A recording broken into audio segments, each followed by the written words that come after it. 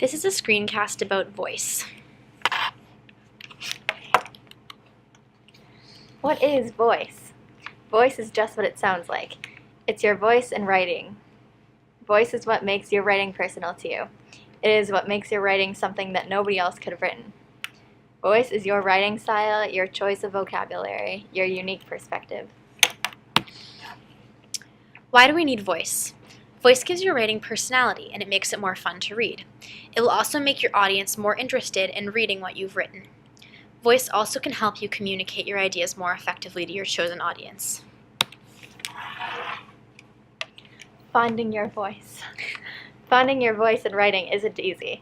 It can be challenging to add your own personality to a paper or assignment. However, if you can, it will be much more enjoyable for the reader and much more representative of you.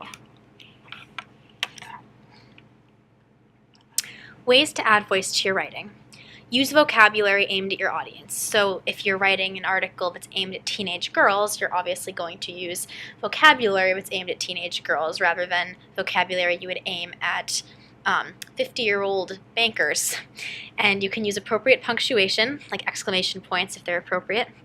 And you can also think about your word choice and sentence structure and make sure that it fits with the voice that you're trying to convey.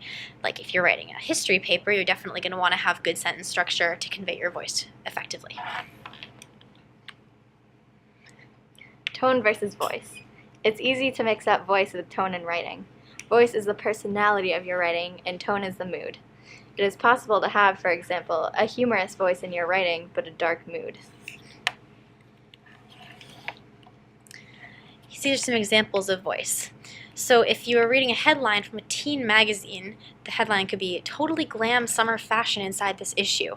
And this article has the voice of someone who is aiming their writing at a teen girl because, like the summer fashion, the word glam, that isn't the kind of word that you would use, for example, in a finance magazine, where the headline could be "The Impending Financial Crisis, What We Can Do to Save Ourselves," which obviously uses big words like impending to convey its point and is more aimed at its audience of bankers than an article about summer fashion would be.